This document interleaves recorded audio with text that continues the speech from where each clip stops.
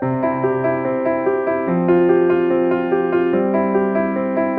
여러분 안녕하세요. 자, 이번 시간에 식민지 잔재 청산을 위한 노력, 그러니까 일제 강점기에 벌어서 독립을 맞이했으니까 어떻게 이제 친일파들을 처리할 것인가에 대한 내용입니다. 물론 안타깝습니다. 제대로 이루어지지 않았고요. 지금까지도 우리 역사적 과제로 남아있는 것이 바로 이 식민지 잔재 청산에 대한 내용입니다. 살펴볼게요. 자, 첫 번째, 반민족 행위자 처벌을 위한 노력. 반민족 행위자, 친일파들 얘기하는 거죠. 자, 근데 이때 정말 광복을 맞이한 직후가 바로 골든타임이겠죠. 친일파들 처리할 수 있는 골든타임인데 우리는 이걸 놓쳐버렸죠. 자, 광복 직후에 어쨌든 광복을 맞이한 것이 상당히 기쁘긴 했지만 어수선했겠죠. 뭔가 정리되지 않고 다양한 세력들이 자신들의 요구를 해 나가는 과정 중에 혼란스러웠어요. 그래서 어수선한 사회 분위기와 미군 정청의 통치 정책의 영향으로, 미군 정청의 통치 정책이 어땠어요? 그렇죠? 미군적인 행정에, 자신들의 행정의 효율성을 위해서 총독부의 친일 관료들과 친일 경찰들을 그대로 기용했죠. 그대로 기용했고 그 사람들이 친일파였다가 이제 반미가 아니죠.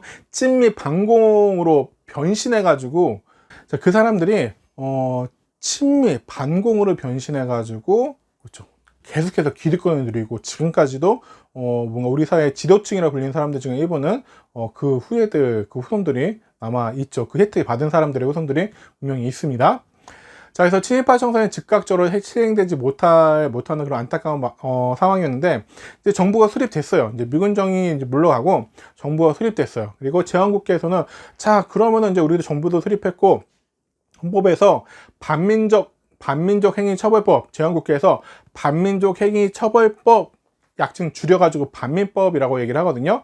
자, 이 법을 만들어서 이제 우리가 제대로 친일파들 처리해 보자라고 이제 법을 제정했습니다. 그래서 제헌 헌법에 따라서 이제 반민족 행위 처벌법을 공포하고 이 법령, 이 반민족 행위 처벌법을 집행할 기구로서 반민족 행위 특별조사위원회를 설치해서 1949년 1월부터 활동을 시작을 합니다. 그래서 이제 보면요, 반민족 행위 특별조사위원회를 조직해요. 반민족 행위 특별조사위원회, 줄여서 반민특위라고 부릅니다. 줄여서 반민특위라고 부르고요. 이제 각종 자료들과 사람들의 증언을 통해서 친일파를 색출해 내가고 전국에 이제 투수함, 친일파 활동했던 사람들을 신고해라는 투수함들을 설치해서 이제 조사를 해 나가는데요. 그래서 이제 민족 대표 중에 한 명이었던 최린 이런 인물들 처음에 민족 대표였지만 나중에 뭐 내선일체 이런 것도 주장하고 이럽니다. 그리고 뭐 경성방기 주식회사 회장이었던 뭐 김현수 이런 사람들 체포하고요. 김현수 이런 사람들은 이제 뭔가 그 당시 조선의 민족 기업가가 어쨌든 가장 돈이 많은 사람인데도 이제 일본에게 국방헌금 헌납하고 뭐 이럽니다. 뭐 그리고 이제 이강수, 최남선 이런 사람들이 막 이제 조사하고 잡아들이고 이렇게 하는데요. 근데 좀 안타까운 점은 미군정 하에서 이 친일파 출신 총독부 관료들과 그리고 친일 경찰들을 그대로 이제 미군정이 사용했잖아요. 그대로 이제 미군정 하에서 관료와 경찰들로 썼잖아요. 근데 이 이승만 정부에서도 똑같이 이 미군정 때 요 사람들을 그대로 데려다 써요. 그러니까 이 사람들은 이 미군정에서 잽사 친미파로 변신해가지고 이승만 밑에 붙은 거예요. 붙어가지고 이제 이 사람들은 솔직히 말해서 일본이 좋은 게 아니라 자신의 권력과 이런 것들 줄 수 있는 그런 사람들을 쫓아다니는 기회주의자들인 거잖아요. 그래가지고 그러한 어쨌든 상황 판단이 좋은 사람들이죠. 이렇게 돼가지고 이렇게 변신을 해가지고 또 이승만 정부 하에서도 관료와 경찰들을 하게 됩니다. 그러니까 이승만 정부의 오점인 거죠. 그렇죠? 그래서 이 처리하지 못하다 보니까 또 이승만 정부는 자기 밑에 후야의 부하들 중에 친일파 출신들이 많고 친일 경찰 출신들이 많다 보니까 이 반민족 행위 특별조사위원회가 반민특위가 활동을 하면 할수록 자기의 세력 기반, 자신들의 수하들을 조사하고 잡아간단 말이에요. 그러니까 이제 자기 세력이, 자기 편이 그렇게 되는 것이 싫어가지고 이승만 정부가 이제 반발을 합니다. 그래서 이승만 정부가 반발하고 반민특위의 활동을 이제 노골적으로 방해하기 시작해요. 그래서 반공이 우선이다. 지금은 뭐 독립했으니까 이제 공산당을 박멸하는 것이 우선이다. 근데 이 반공을 잘하는 사람들이 친일 경찰들 얼마나 그 일제 치하에 경찰하면서 고문하고 괴롭히고 독립운동가도 괴롭히고 이런 기술들을 얼마나 잘 배웠겠어요. 이런 기술들을 이제 공산주의자들 잡아가지고 고문하고 색출하고 이런 데 써야 된다. 그래서 반공이 우선이라고 주장하면서 반민특위의 활동을 공개적으로 반대합니다. 공개적으로 반대해요. 그래서 이제 반민특위가 친일 경찰 출신 중에, 일본 경찰 출신 중에 또 대한민국 정부하에서, 이승만 정부하에서 경찰 간부를 지내던 노덕술이라는 인물이 있었어요. 노덕술을 검거했어요. 그러니까 친일파들, 이제 그 독립운동가들에서 아주 유명한, 독립운동가들이 아주 그냥 악지적으로 대하기로 유명했던 노덕술을 반민특위에서 검거하자 이제 이승만 정부가 더 반발하는 거야. 그래서 치안 유지와 공산 세력 저지를 주장하면서 반발하고, 이런 이 반공 경험이 풍부한 경찰을 체포하면 안 된다고 이제 담화문까지 발표할 정도였으니까요. 그리고 또 이제 국회 프락치 사건이라는 게 이제 있어요. 국회 프락치 사건, 프락치 뭐 간첩, 뭐 스파이 이런 건데요. 자, 이제 국회 프락치 사건으로 반민특위 활동하는 국회의원들을 구속합니다. 그러니까 이건 이제 조작하는 거야. 이제 국회의원들 중에 보면 반민특위는 게 국회의원들을 중심으로 해가지고 위원들을 꾸리고, 그리고 밑에 특경대라고 불리는 조사하는 조사대원들이 있는데요. 이러한 반민특위 활동의 중심이 되는, 뭔가 이승만 정부 약간 반대편에 서서 반민특위를 주도해 나가는 국회의원들이, 이 사람들이 남조선 노동당 첩자 활동을 했다. 그러니까 공산주의 첩자 활동을 했던 사람들이 우리 국회 안에 들어와 있다. 그러니까 얘들은 간첩이니까 다 잡아서 감옥에 넣어야 된다 라고 했던 사건이 바로 국회 프락치 사건입니다. 그래서 국회의원 약 10명 정도를 남조선 노동당 첩자 활동을 했다는 혐의로 연행을 가게 됩니다. 그러니까 이 국회 내에서 이 잡혀갔던 10명 정도의 이 국회의원들은 국회 내에서 이승만 정부에 대해서 상당히 비판적인 의견을 내세우고 친일파 청산을 위해서 반민특위 활동을 했던 그런 국회의원들이에요. 자, 이런 국회의원들이 제거되자, 국회는 원래 국회 역할이 뭐예요? 그렇죠? 정부를 견제하는 역할을 해야 되죠. 근데 정부를 견제하는데 앞장섰던 국회의원들이 제거되니까 아무래도 국회의 정부 견제 기능은 상당히 약화되는 결과를 갖고 오게 됐겠죠. 또 이제 나중에 이제 이제 뭐 반민특위가 어쨌든 독립운동가들을 학대하고 고문하고 이랬던 경찰들, 1949년 6월쯤에요. 이제 독립운동가들을 고문 혐의로 막 했던, 일제치하에서 고문하고 이랬던 경찰, 고위급 경찰 간부들을 체포하자 일부 경찰들이 반민특위 사무실을 습격하는 그런 일들도 있었습니다. 그래서 뭐 국회 프락치 사건이라든지 반민특위 사무실 습격 사건이라든지, 아니면 이승만 정부의 노골적인 그런 반민특위 활동 반대 등으로 인해서 반민특위 활동이 점점 위축되기 시작합니다. 자, 그런 가운데 아예 법정 국회에 반민특위 활동이 법적으로 정해져 있었거든요. 1950년 6월까지 활동을 해라라고 되어 있었는데 1949년 8월로 반민법에 시효를 단축시켜 버립니다. 활동 기간을 대거 축소시켜 버린 거죠. 그러니까 만들어진 지 얼마 안 돼서 활동도 제대로 못하게 됐던 거예요. 그래서 이 공소시효를 이제 8월 31일로 1949년 8월 31일로 단축하는 개정안 국회를 통과시켜 버리고 조직적인 방해 이런 것들을 해 나가기 시작을 했고, 그래서 이제 우리가 친일파 청산을 제대로 할 수 있는 첫 번째 기회를 이렇게 날려버리게 됩니다. 자, 반민특위 활동 결과를 살펴보면요, 정말 초라하기 짝이 없습니다. 정말 초라한데요. 자, 682건의 친일행위를 조사했어요. 친일행위가 682건밖에 없었을까요? 그 36년의 그 기간 동안에 632건 너무 적죠? 그렇죠? 그리고 682건의 조사를 하고요. 영장 발부됐던 거는 408건밖에 안 되고요. 기소는 221건밖에 안 됐습니다. 221건만 넘겨가지고 실제 징역형을 받은 사람은 박흥식, 최린, 노덕슬, 최남선, 이강수 등 불과 12명에 불과했고요. 사형은 실제 한 건도 집행되지 않았어요. 나중에 다 이제 다 풀려나 버립니다. 그래서 실형을 선고받는 사람들도 대부분 감형되거나 형 집행제구나 이러면서 친일파 청산이 자제되어지고 친일파에게 뭔가 이 재판 거쳤는데 뭔가 아무것도 없었던 거잖아요. 그러니까 면죄부를 주는 그런 꼴이 되어져 버렸습니다. 자, 이것과 많이 비교하는 것이 바로 프랑스의 나치 협력자 처형이죠. 프랑스도 2차 세계대전이 일어나고서 이제 독일에게 잠시 몇 년 동안의 점령을 당했던 적이 있어요. 우리처럼 36년도 아니고요. 그가 몇 년 점령당하는데, 그때 프랑스인들 중에 독일의 나치에 협력했던 사람들이 있었거든요. 2차 세계대전 끝나고 나서 이 프랑스 내 나치 협력자들을 어떻게 처벌했느냐, 35만 명을 조사했대요. 35만 명을 조사해서요, 약 12만 7천 명 정도를 재판에 넘기고, 이 재판을 받은 12만 7천 명 중에 6,763명이 사형을 선고받아요. 그리고 이 중에 767명에 대한 사형이 실제로 집행되어졌다고 합니다.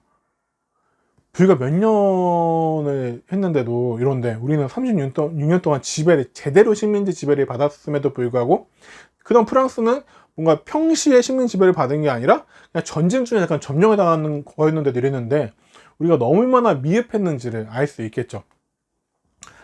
자, 두 번째는 이제 농지개혁의 시행입니다. 농지개혁의 시행. 자, 농지개혁, 농지를 대상으로 이제 경자유전. 실제로 조선시대에 많은 큰 문제, 경제에서 가장 큰 문제 중 하나가 실제 농사를 짓는 농민이 농토를 가지고 있는 것이 아니라 대다수의 양반 출신 지주들이 농토를 가지고 있는 것이 문제였죠. 그래서 많은 사람들이 요구했던 개혁, 뭔가 많은 정말 일반적인 사람들의 입장에서는 뭔가 사회주의자니 민족주의자니 이런 것들보다 그냥 독립된 조국에서 우리 가족이 얼마나 그래도 잘 먹고 살 수 있을까, 이거에 대한 희망이 크지 않았을까요? 그래서 이제 광복 직후에 토지개혁의 필요성이 대두됩니다. 그래서 식민지 시기를 거치면서 사회 변개적 모습이 더 심화됐죠. 식민지 지주제라든지 경제 수타 이런 것도 말미암아서 더 힘든 상황이었고요. 한국인들 대부분이 이제 독립된 조국에서 뭔가 농사 짓는 사람이 실제 그리고 모든 사람이 땅을 가지고 농사 짓는 그러한 꿈을 꾸지 않았을까 싶어요. 근데 해방된 이후에 이제 48년까지 3년 동안은 미군정이 통치를 했잖아요. 이 미군정의 정책이 토지개혁에 상당히 소극적이었어요. 토지개혁에 전반적으로 소극적이었는데 이제 신한공사라고 하는 기관을 설립해서 일본 동양척식 주식회사 소유했던 재산과 토지를 관리하는 기구로 신한공사를 만들어요. 46년 2월에 일본의 동양척식 주식회사가 소유하고 관리하던 땅들을 관리하기 위한 기구로 신한공사를 만들었고요. 그리고 이제 1948년에는 일본이 소유했던 귀속 농지를 민간에게 매각하는 그 정도, 돈을 받고 매각하는 그 정도로 시작하는데, 뭐 돈을 받고 매각하면은 돈 없는 일반 대부분의 국민들은 살 수가 없겠죠. 자, 그러다 보니까 이제 뭔가 이 토지 소유 요구에 대한 불만과 이제 그런 개혁에 대한 요구가 상당히 많아지고 있었어요. 좀 더 살펴보면 이제 일제 강점기에는 이제 식민지 지주제 강화돼서 경작지의 60% 이상이 이제 소작지였고요. 미군정의 신한공사는요 설립했다고 했죠. 아까 방금 전에 또 뭐 그래도 이제 조금나마 긍정적인 조치들도 있었어요. 이제 소작료가 예전에 막 반 이상 60% 70%가 갔다면은 소작료가 총 수확물의 3분의 1을 넘지 못하도록 이제 미군정이 규제하기도 했고. 하지만 이제 정말 사람들이 원했던 것은 내 땅에 갖는 거였는데 이 토지 개혁에는 소극적이었다는 거죠. 그래서 1948년에는 이렇게 했는데 정부 수립 이후에는 이제 제왕국회가 농지개혁법을 제정했습니다. 농지개혁, 토지개혁이 아니라 농지개혁입니다.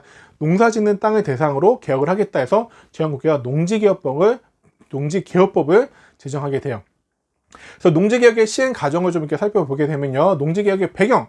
자, 광복 후 대다수 농민들이 실제로 경작하는 사람들이 땅을 가져야 된다라는 것을 요구했고요. 또 1946년에 북쪽에서는 토지개혁을 이미 실시했어요. 그러니까 북쪽에서는 토지개혁을 실시했죠. 아까 이제 앞 시간에 배웠을 텐데, 무상모에서 무상분배라는 토지개혁을 실시를 하다 보니까 남쪽에 있는 사람들은 북쪽은 했는데 왜 우리는 안 해? 뭔가 불만이 막 끓기 시작했어요. 그래서 농지개혁을 실시하게 되는데요. 자, 농지개혁의 방식을 보면요, 가구당 3정보로 제한. 그래서 3정보, 1정보는 약 3,000평 정도였다고 해요. 보면은 3정보는 뭐 29,752제곱미터, 약 근데 평으로 하는 게 편하죠. 약 9,000평 정도로 제한을 했습니다. 그러니까 어느 집이든 뭐 5정보를 가지고 있을 수도 있고 10정보를 가질 수도 있겠잖아요. 그러면은 3정보를 놔두고 나머지는 이제 국가가 가져가는 거예요. 근데 국가가 가져가는데 그냥 무상으로 가져가는 것이 아니라 이 3정보를 넘는 토지에 대해서는 정부가 매입해서 농민에게 분배를 했어요. 그래서 정부가 돈을 주고선 매입을 합니다. 3정보가 넘는 토지. 그러니까 우리 집에 5정보가 있었다면은 3정보는 그대로 우리가 가지고 2정보는 국가가 돈을 주고 사가게 돼서 땅이 없는 사람들한테 돈을 받고 파는 거예요. 돈을 받고 파는 방식을 취하게 됩니다. 그래서 이제 농지개혁법을 1949년 6월 달에 제정합니다. 이게 정말 북한은 토지개혁을 1946년에 했는데 1949년이니까 엄청 늦었죠. 그리고 실제로 농지개혁이 시행되는 것은 1950년 3월입니다. 그러니까 법이 49년 6월에 제정되고 그 다음에 봄에 돼서야 농지개혁이 시행되거든요. 근데 이게 조금만 늦어도 큰일 날 뻔했어요. 그래서 많은 사람들이 이렇게 얘기합니다. 그나마 6.25 전쟁이 터졌을 때 이렇게 완전 남쪽에 있는 사람들이 북한 정권에 완벽하게 호응을 이루어지지 않았던 것은, 그러니까 북한은 이런 생각도 했다고요. 6.25 전쟁이 터졌을 때 남쪽에 있는 사람들의 불만이 많기 때문에 우리가 쳐들어가면은 남쪽에 있는 국민들이 호응을 할 것이다 라고 생각을 했는데 좀 그렇지는 않았던 것 같아요. 그랬던 이유 중에 하나가 그나마 1950년 봄에 농지개혁을 실시했기 때문에 그래요. 농지개혁을 실시하지 않았다라면은 뭔가 불만이 가득했던, 북한은 도시 땅 주는데, 공짜로 땅 주는데 우리는 왜? 라고 했던 불만을 품었던 사람들이 진짜 북한 정권에 적극적으로 협력을 했을 수도 있는 거겠죠. 그래서 뭐 그렇게 평가를 하는 학자들도 있습니다. 자, 그래서 이제 대한민국 정부와 북한 정권의 농지개혁, 토지개혁 좀 비교해 볼게요. 대한민국 정부, 남한은요, 농지개혁입니다. 농지개혁. 그리고 북한은 토지개혁입니다. 그래서 남한의 농지개혁이 약간 한계이기도 한데요. 산림과 임야, 산이나 이런 데는 농지를 대상으로만 한 것이 이제 농지개혁이고요. 북한은 반면에 모든 토지를 다 대상으로 했어요. 그러다 보니까 이제 개혁의 범위가 아무래도 남쪽은 좀 제한적이었고, 북한은 전 토지를 대상으로 했다는 측면에서 좀 더 넓었죠. 그리고 시기는 49년 6월 남쪽, 북한은 46년 3월. 그리고 대한민국 정부는 유상 매입, 유상 분배, 그래서 토지 소유권까지 유상으로 삼정부가 넘는 사람들에게 나중에 이제 정부가 돈이 없다 보니까, 아주 막 세금 막 이런 게 많이 거치고 이런 게 아니잖아요. 그러니까 돈이 없다 보니까 땅 주인들한테 지가증권이란 거, 이제 나중에 돈을 주겠다라는 증명서인 지가증권을 발급해주고 유상 매입한 다음에 유상으로 분배를 해줘요. 유상으로 농민들에게, 삼정부가 없는 사람들한테 땅을 3정보씩 이렇게, 최대 3정보씩 이렇게 나눠주게 돼요. 근데 그 당시에 땅을 받은 사람들도 유상 분배다 보니까 유상 돈을 내야지 받을 수 있었잖아요. 근데 그때 그 당시에 사람들 그만큼 돈이 없다 보니까 이것도 약간 분할 상환하도록 했어요. 5년 동안에 1년의 생산량의 30%씩. 그래서 이 땅의 가격을 1년 생산량의 150%라고 한 거예요. 내가 받은 땅에서 예를 들어 쌀이 1년에 10가마가 생산된다 라고 하면은 땅값은 15가, 쌀 15가마 값이 땅값이 되는 거예요. 근데 이거를 생산해서 다 올해 다 갚아버리면 우리가 먹을 게 없잖아요. 그러니까 1년 생산량의 30%씩 5년 하면 150%가 되죠. 1년 생산량의 30%씩 5년 동안 해서 150%를 땅값으로 분할 상환하도록 한 게 바로 유상 분배 방식이고, 아예 토지 소유권까지 줬어요. 근데 북한 정권은요, 무상으로 몰수했어요. 그래서 5정부, 북한은 5정부거든요. 5정부 기준은 넘는 땅을 다 몰수한 다음에 무상으로 분배해버리는데, 이거는 이제 사회주의는 토지에 대한 모든 소유가 국유화가 되기 때문에 이용권만, 이 땅을 이용할 수 있는 이용권만 준 거지 토지 소유권까지 준 건 아니에요. 왜냐하면 사적 재산을 이제 인정하지 않는 것이 사회주의이기 때문에 토지 이용권만 부여를 하게 되고, 대한민국 정부는 이제 토지 상한선이 3정부, 북한은 5정부가 되겠습니다. 그래서 이런 방식으로 이제 농지개혁이, 그리고 북한은 토지개혁이 실시가 되고요. 자, 농지개혁의 결과 이제 지주계급, 남쪽에서 지주계급이 거의 소멸되어지고요. 대다수 농민들이 자신의 토지를 소유한 자영농이 됩니다. 그러므로 해서 토지 소유의 불균등으로 인한 사회적 갈등이 상당 부분 해소가 되어졌다라고 평가를 해요.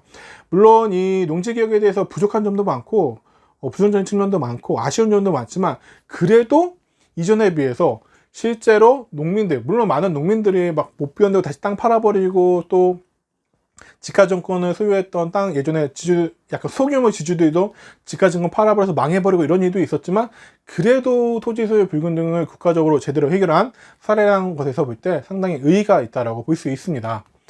하지만 이제 농지개혁에 약간 아쉬운 점, 한계가 있죠. 자, 일부 지주들은요, 미리 알고선 미리 토지를 처분하거나 편법을 동원해가지고 다 처분을 했어요. 그러다 보니까 농지개혁의 대상이 되는 토지가 많이 감소했고요. 임야 등을 제한한 농지에 국한에서 실시했다. 북한은 토지를 전부 다 했는데, 이런 것도 아쉬운 점이고요. 1950년 3월 달에 시작했지만 1950년 6월 달에 6.25 전쟁이 터지죠. 그러니까 6.25 전쟁으로 인해서 한동안 중단됐다라는 거. 그리고 유상분배에 따른 농민의 경제적 부담. 1년 평균량의 생산량의 1년 평균 생산량의 30%를 5년 동안 상환. 그래서 150%, 1년 생산량의 150%가 뭐라고 했어요? 그렇죠. 이 토지, 내가 받은 토지의 가격이라고 했죠. 이런 것들을 상환하는 것이 그래도 농민들로서는 뭐 그 전에 소작이 지을 때보다 낫겠지만 좀 많은 부담이었다라는 것도, 전쟁적이고 막 이랬잖아요. 자, 그리고 이제 정부는 아까도 얘기했지만 돈이 없다 보니까 51년부터 지주들에게 땅을 이제 유상 몰수했잖아요. 유상 돈을 주고 땅 3정부 넘는 걸 빼앗아 왔잖아요. 이 지주들에게 1951년부터 5년에 걸쳐서 토지 대금을 지급하겠다라는 지가증권을 발급했는데, 이후 막 전쟁 벌어지고 이러다 보니까 인플레이션이 발생해서 실제로 땅 주인들이 받은 지가증권의 가치가 절반 이하로 떨어지면서 상당수 중소지주가 몰락하고요. 또 중소지주들도 이제 전쟁 중에 막 먹고 살고 이러다 보니까 이 지가증권을 허위값에 팔아 넘겨버려요. 그러니까 우리가 좀 더 이렇게 자본주의 체제로서 많이 발전을 할 수 있었으려면은 이 지가증권을 소유했던 이 지주들이 이 지주 땅 주인들에서 이 지가증권을 바탕으로 받은 돈을 바탕으로 자본가들, 그러니까 공장을 설립하고 기업을 운영할 수 있는 자본가들로 자연스럽게 넘어가는 과정이 있었으면 좋았을 텐데 그러지 못하면서 중소지주들이 몰락하는 그런 결과를 갖고 왔다는 데서는 농지개혁의 한계다라고 지적을 받고 있습니다. 자, 세 번째 마지막 귀속재산 처리법입니다. 귀속재산, 적산이라고 하는 옛날 일본이 남기고 간, 우리나라 일본이 남기고 간 재산들을 얘기하는 거예요. 그래서 1949년에 귀속재산 처리법 제정하여 대부분 민간에 매각을 하는데요. 근데 이 일본이 남겨온 여러 재산 이런 것들을 민간에 매각할 때 매우 되게 싸게 매각해야 돼요. 가격이 매우 저렴하고 장기 상환, 이것도 되게 오랜 기간 동안에 상환하도록 했는데 이 이자가 거의 없다시피 하게 되게 쌌어요. 그래서 불화 가격이 매우 저렴했고요. 정부에서 재정 지원 받고 금융 지원 받고 하다 보니까 또 나중에 급격한 물가 상승이 막 일어난단 말이에요. 그러다 보니까 이 받은 재산들, 일본이 남겨간 재산들을 거의 여러 특정 인물들이 무상에 가깝게 받은 꼴이 됐어요. 그러니까 실질적으로 이 귀속재산의 불화는 이 받은 사람들한테 엄청난 정책적 특혜로 작용합니다. 특혜로 작용하고요. 이 특혜를 받았으니까 아무래도 이들은 또 거기에 대한 반대급부로 정치인들한테 이렇게 정치자금을 준다든지 이러한 기본 혜택이 있었겠죠. 그래서 귀속재산을 이렇게 사람들에게 특정 인물들에게, 특정 기업들에게 불화되어지는 과정 중에서 정경유착, 그러니까 부정부패 등 같은 그런 문제들이 발생하기도 했습니다. 그래서 여기까지가 이제 식민지 잔재 청산을 위한 노력이고요. 아직까지도 해결되지 않은 문제들입니다. 최근에도 그런 노력들을 하고 있지만 이미 그 친일파의 많은 후손들이 우리 사회의 기득권을 차지하고 있는 사람들이 많기 때문에 뭔가 이 본질, 프레임이라고 하죠. 흐려버리는 경우가 지금도 많습니다. 하지만 우리가 역사를 아는 우리들은 정말 거의 이제 45년, 70년이 넘은 시점이지만 그래도 역사를 한번 제대로 돌아보면서 우리 민족 정기를 바로 세우기 위해서는, 또 같은 역사 되풀이되지 않기 위해서는, 그런 기회주의자들이 다시는 나타나지 않게 하기 위해서는 역사를 한번 정말 제대로 정리할 필요가 있지 않나 싶습니다.